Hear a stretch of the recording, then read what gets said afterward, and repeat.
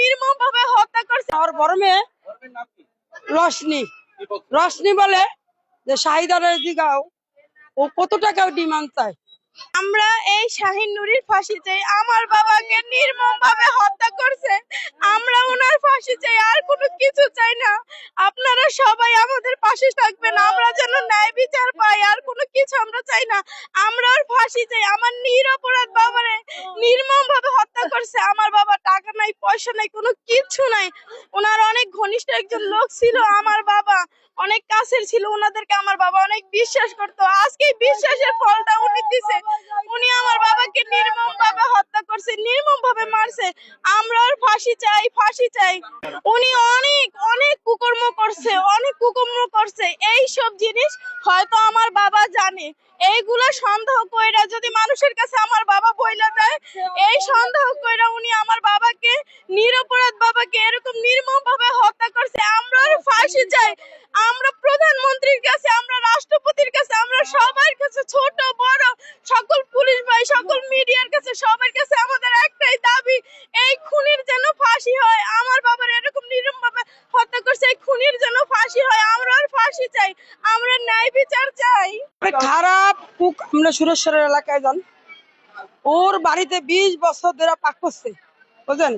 সারাদিন রাত আগুনে পড়ছে, বুঝলেন? ও আরেকটা খুন করছে ভাদ্র মাসে যাইয়া, তারে কোবাই আইছে, বুঝলেন? এগুলা সব আমরা জানি।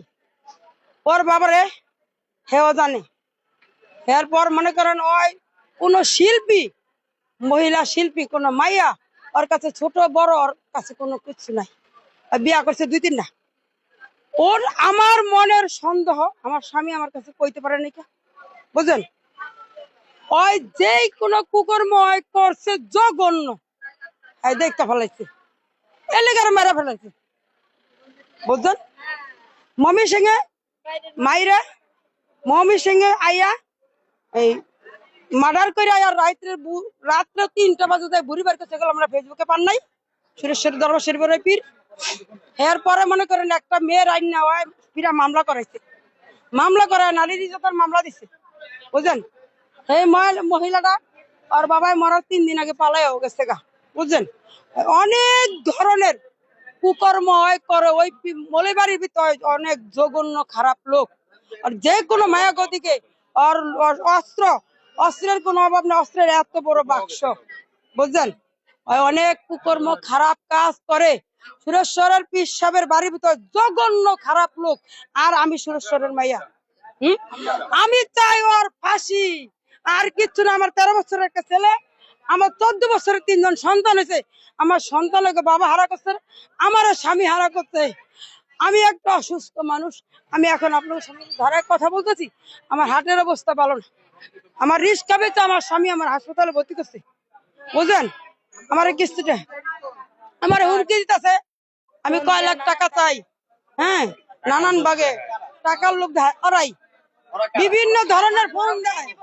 আবার ওর বড় মেয়ে বলে হয়তো স্বীকার করবে না, ওর বড় মেয়ে রশনি রশনি বলে যে শাহিদারের জিগাও ও কত টাকা ডিমান্ড চায়, কত টাকা ডিমান্ড চায়। আমি শূন্য কইলাম যে হ্যাঁ, এটা আপনার শুনছেন না, যে ওরা কি মাইরা ফেলায় ফেলে খালি ডিমান্ড চাইবো মানুষের কাছে, ওর টাকা আছে দেখা ওরা সবারে মাইরা ফেলাইবো।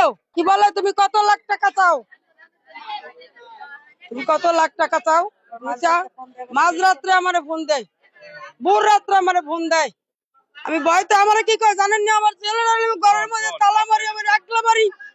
আমার কয় ঘরের থেকে বের হ, ঘরের থেকে আমার কোনো নিরাপত্তা নেই। আমার এই 6 সন্তান জিদ আমায় মেলা করে পরের ঘরে মেরে বাদি বানাইছে। আমি বুঝতে পারি না, আমি জানি না, থানা পুলিশ কিচ্ছু বুঝি না।